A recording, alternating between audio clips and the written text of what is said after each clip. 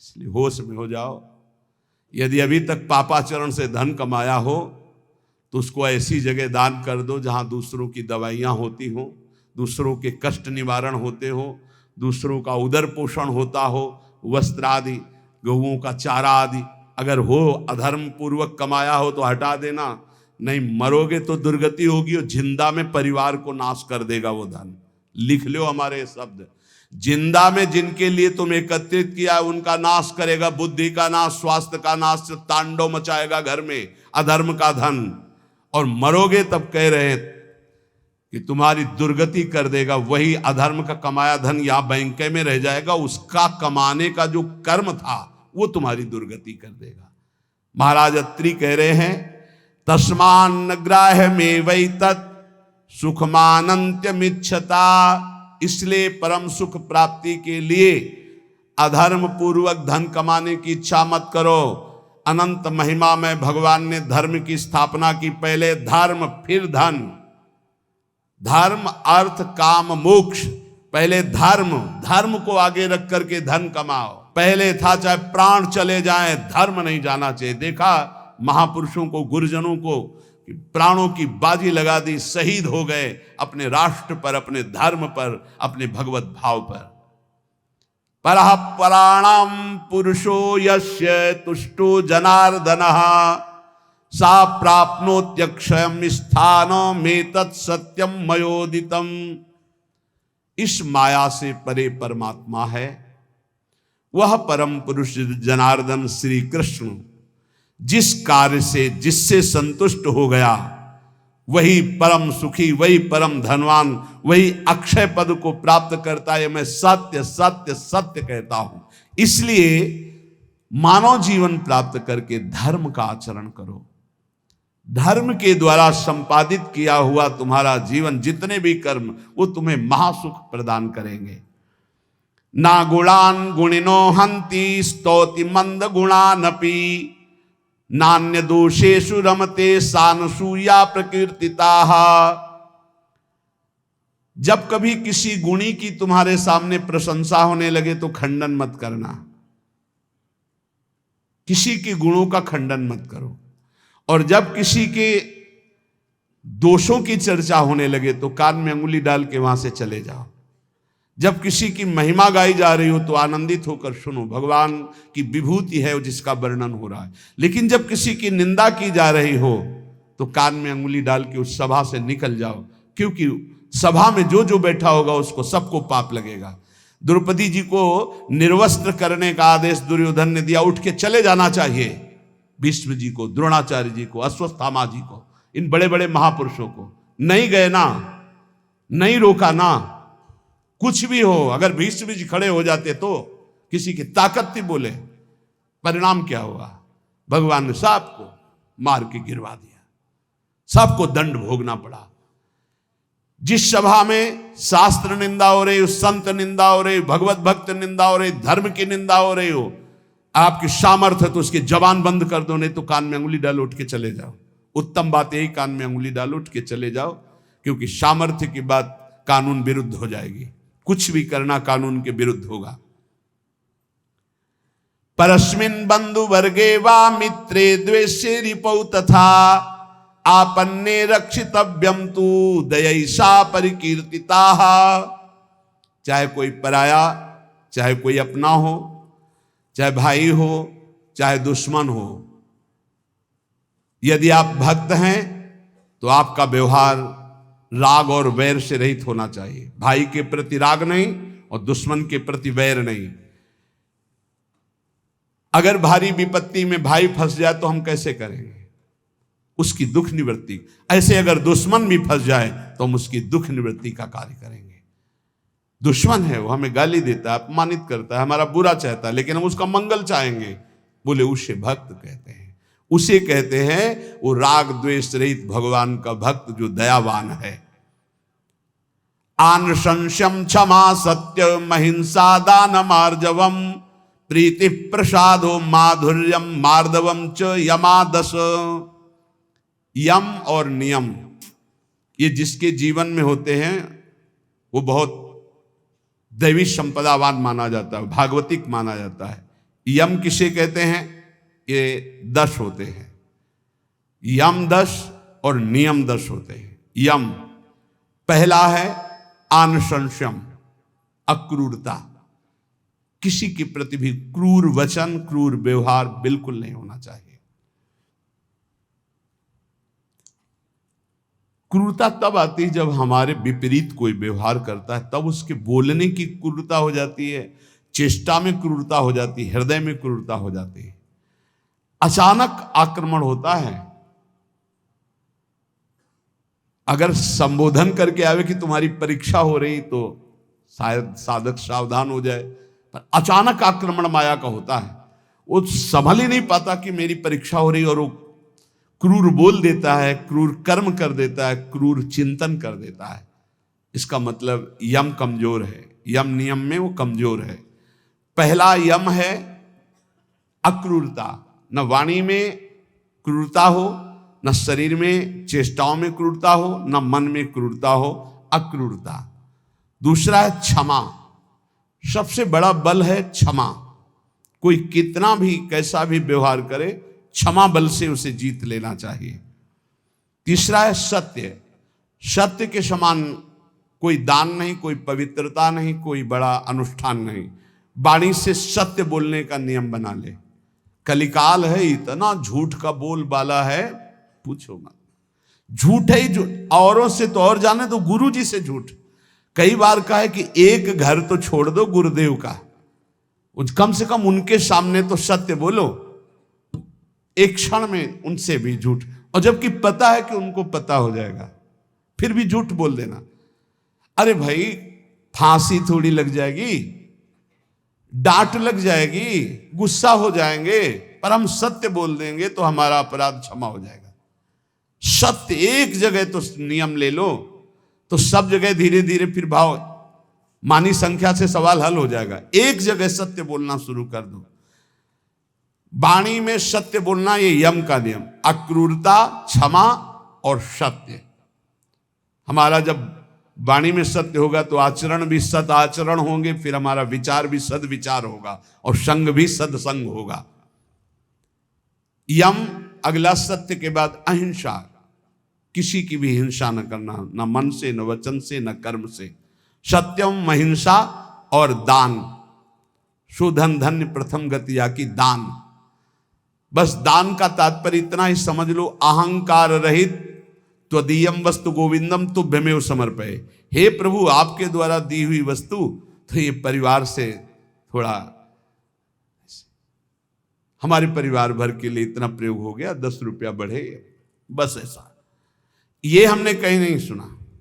गरीब आदमी अगर एक बछिया दान करता है, तो एक राजा 1 करोड़ गाय दान करे स्वर्णिम आभूषणों से अलंकृत करके, तो उस गरीब आदमी की बछिया के बराबर नहीं होगा। ध्यान रखना, जो गरीब होकर के दान करता है उसका विशेष महत्व होता है।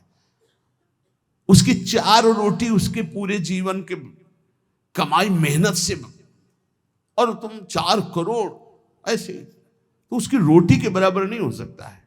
इसलिए दान का विशेष महत्व धर्म द्वारा कमाया हो। जैसे एक बार हमने सत्संग में बताया था दान के विषय में, सेतुआ यज्ञ का मुदगल ऋषि, वो कभी किसी से दान नहीं लेते थे, तो शीलोंच वृत्ति के द्वारा वो अपना उदर पोषण करते। सील कहते हैं जो किसान अपना खेतों से अन्न का अधिकार ले चुका है, अब वो ऐसे खेत, उनमें जो दाने बाली पड़ा है उसे बिन लेना। उंच कहते हैं जो बाजार में जहां अन्न की बाजार लगी वो उठ चुकी है, इसके बाद जो दाने गिरे उनको उठा लेना। तो वो ऐसे 2-4 किलो सब मिला करके होता होगा, उससे 12 महीना सतुआ बना लेते थे, और उसको थोड़ा थोड़ा 12 महीना, और उसी से तप करते थे।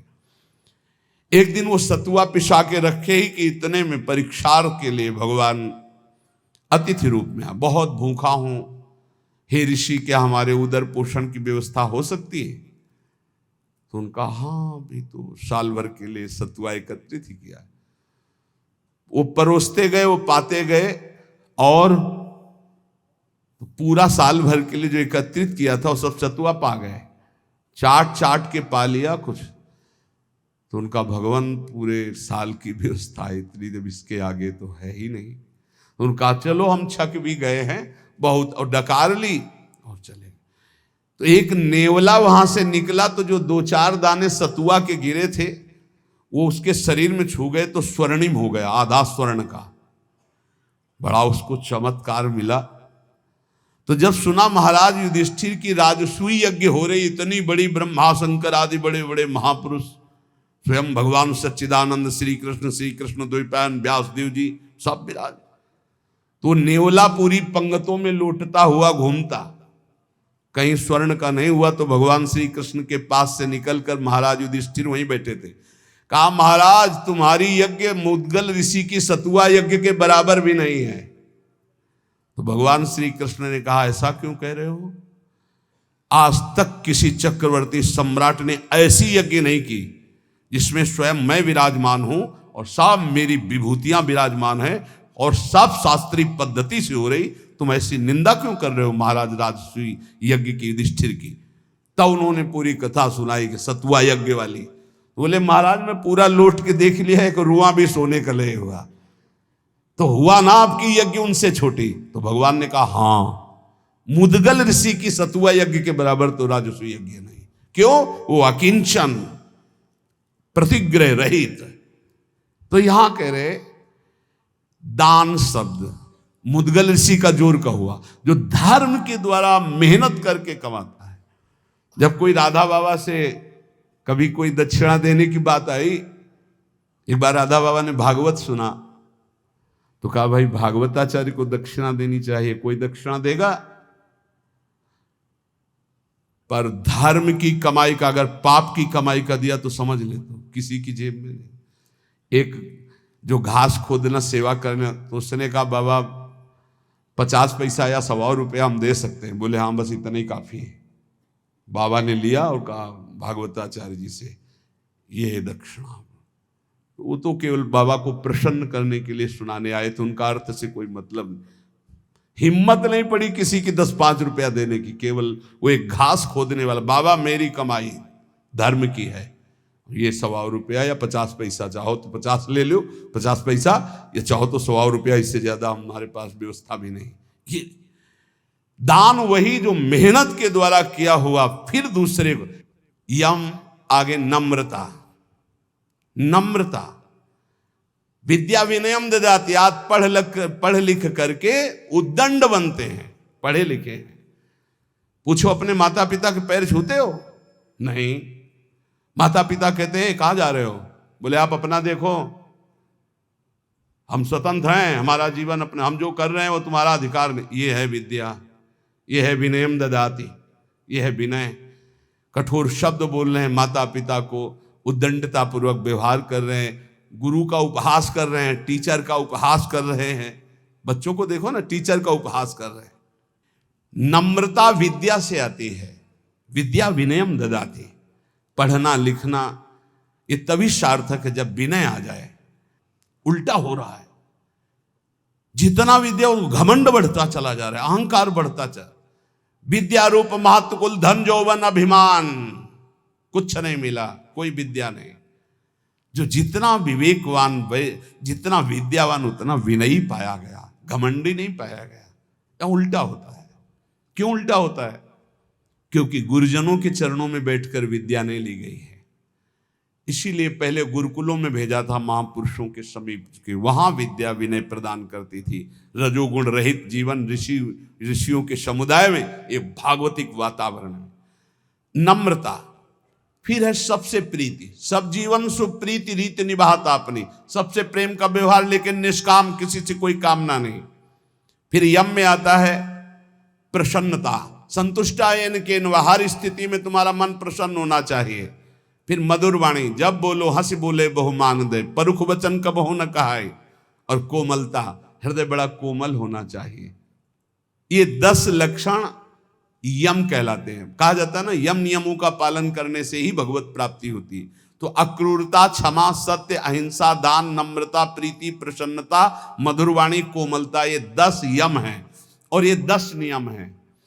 शरीर की पवित्रता, वस्त्र की पवित्रता और मन की पवित्रता, तीनों पवित्र होने चाहिए। बिल्कुल ऐसे पशुता हो रहे, हाथ कोई धो ले तो बड़ी बात है, पहले जल लेके साधु लंगोटा सोटा कमंडल, ये बिल्कुल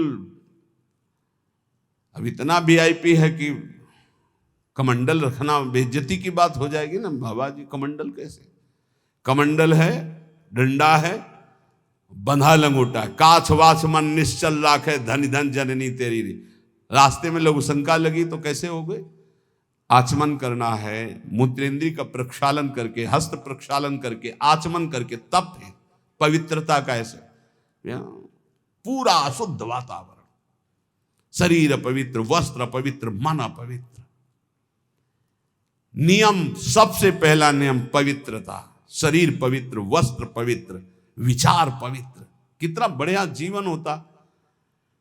दूसरा नियम में है यज्ञ, तो यज्ञानाम जप यज्ञोस्मि, सबसे बड़ी यज्ञ है जप यज्ञ। राधा राधा राधा, नियम ले लो जप यज्ञ का।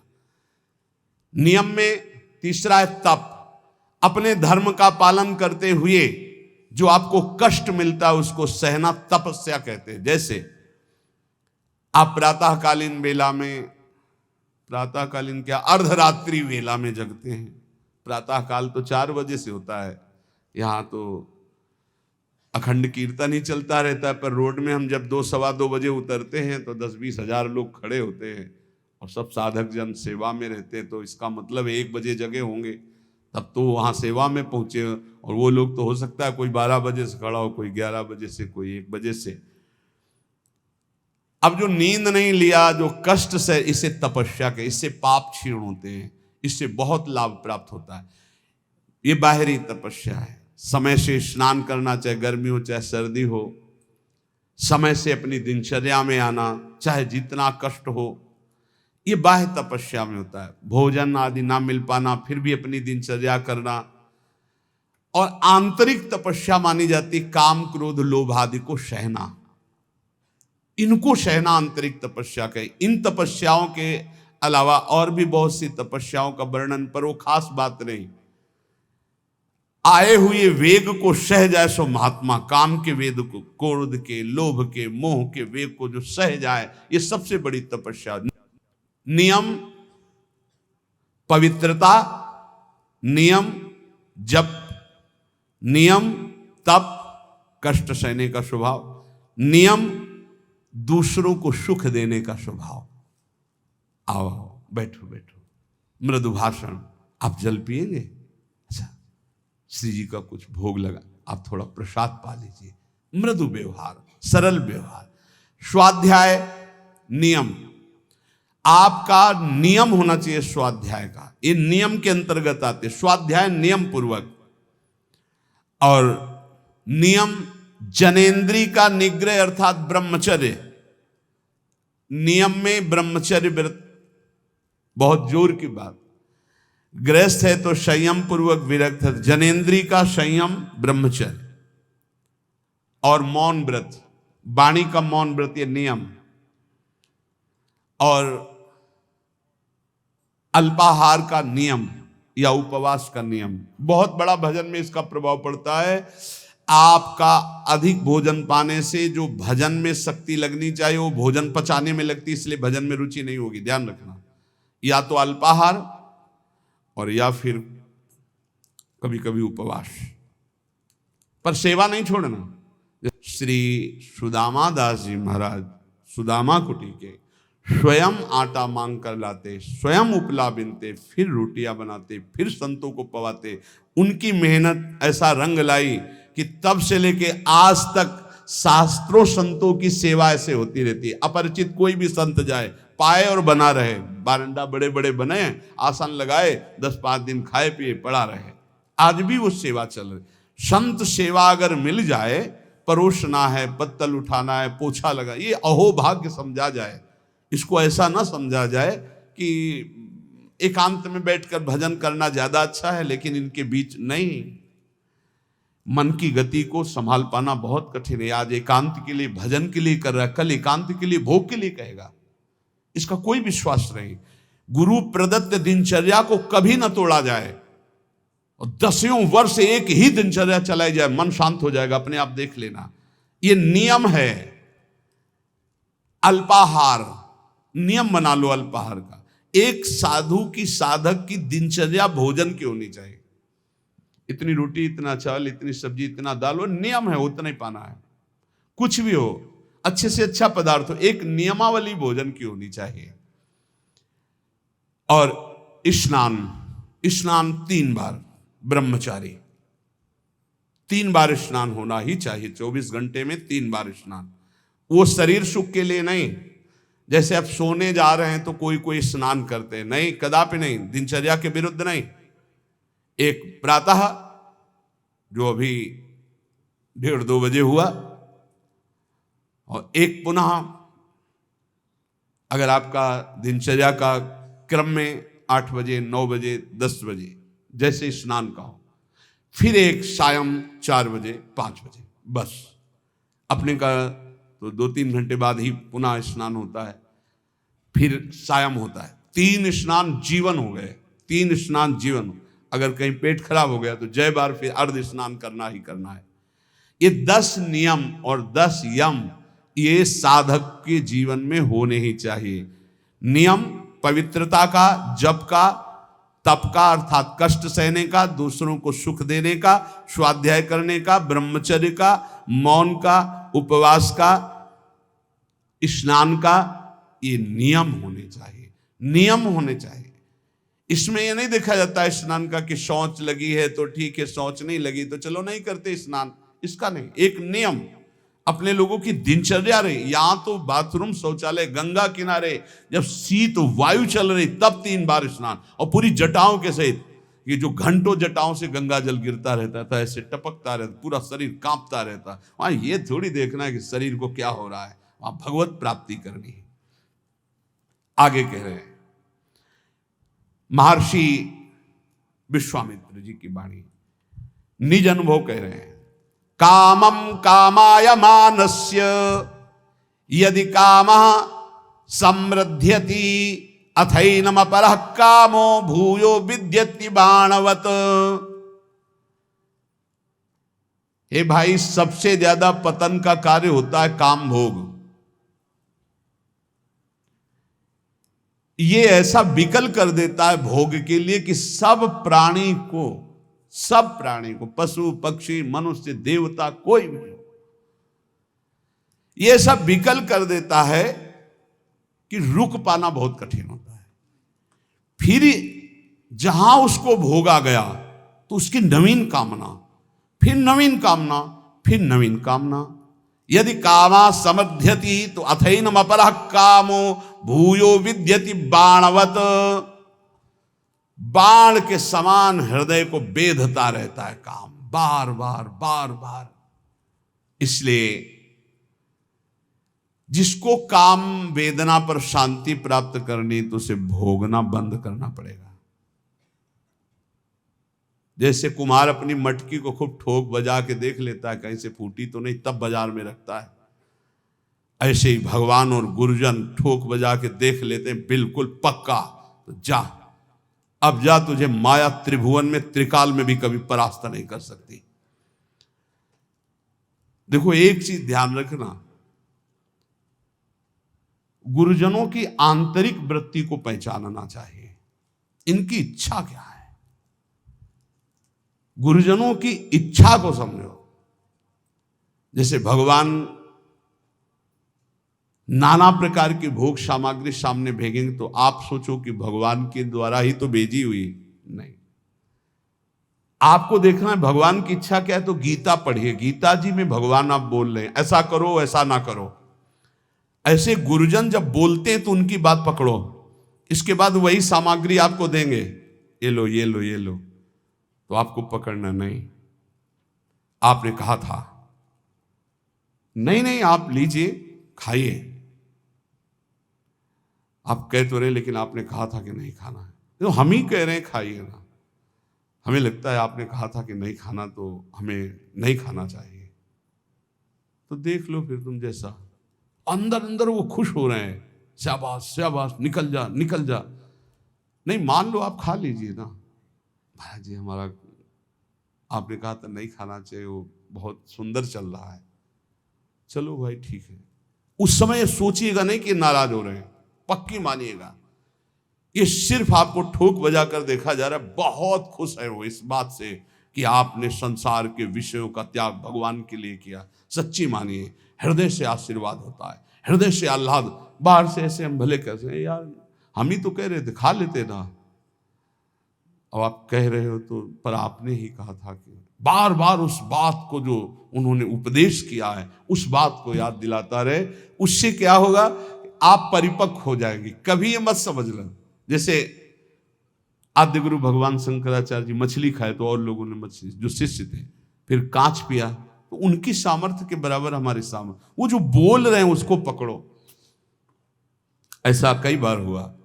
राधाचरण जी से जब कहते कि इतनी तुम्हारी हालत ऐसी, आप चले जाओ, बोले डॉक्टर ने कहा दिल्ली ही आना पड़ेगा, तो उनका चले जाओ। तो उन्होंने कहा महाराज जी आपने सत्संग में कहा था कि प्राण चाहे निकल जाए वृंदावन से नहीं जाना। तो हम ही तो कह रहे हैं। नहीं महाराज जी आपने ही कहा था वृंदावन से नहीं जाना, तो अब नहीं जाएंगे। नहीं, हम ही कह रहे हैं आप चले जाओ। आप यहाँ जरूर कह रहे हो, लेकिन फिर सत्संग में आप फिर कहोगे कि धन्य है उसका जीवन जो मरणासन वृंदावन वास कर। महाराज जी अब नहीं जाएंगे हम। देख लो भाई, रोग भी वो जो सड़न हुई थी अपने आप ठीक हो गई, और इस समय श्री जी की सेवा में है। ये सब हितजू के महल में विराजमान है। सब हरिवंश महाप्रभु के श्री हरिवंश शरण जे आए, श्री वृषभान कुंवर नंद नंदन निज कर अपनी चिट्ठी चढ़ाए। न जातु कामा कामानाम उपभोगे न साम्यति, हविषा कृष्ण वर्तमेव भूय एवाभिवर्धते, कामान अभिलषन् मोहान न नरः सुख मेधते। जो कभी ये सोच लेता है कि एक बार भोग लूं मेरी इच्छा शांत हो जाएगी, बहुत धोखे में हो गया, दलदल में कूद गया। अब जैसे आग में घी डाल दे तो प्रज्वलित हो जाती। जे ही भोग की कामना से भोग मिला, वो आग पैदा हो गई कि वो भ्रष्ट होता चला जाएगा। इसलिए उपासक को चाहिए कि जब सैकड़ों बार भोग के रोकेगा तो सैकड़ों दिन रोना पड़ेगा, तब जाके कहीं ठीक हो गए।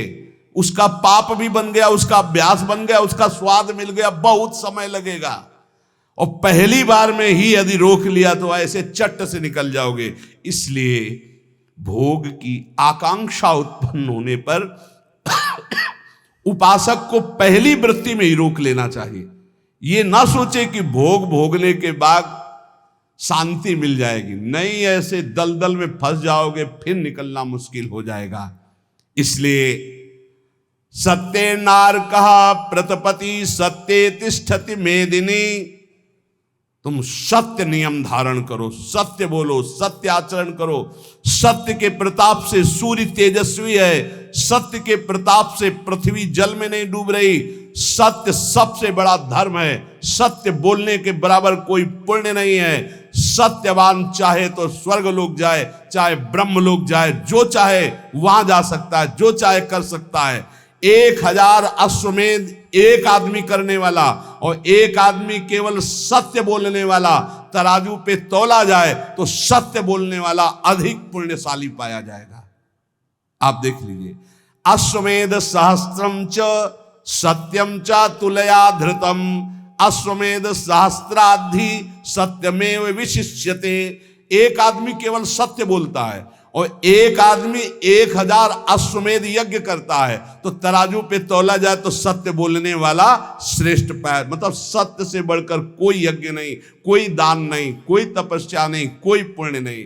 इसलिए सत्य का ही वचन पूर्वक बोलना, सत्य का ही चिंतन करना, सत्य का ही आचरण करना, तो सच्चिदानंद रूपाय प्रभु श्री कृष्ण की निश्चित प्राप्ति हो जाएगी। खूब नाम जप करो, जो सत्संग सुना है उसका मनन करो, गंदे आचरणों का त्याग करने का नित्य प्रति उत्साह रखो। भगवान सबको बल प्रदान करेंगे और इसी जन्म में हम सब भगवत प्राप्ति करें। श्री राधा वल्लभ लाल की।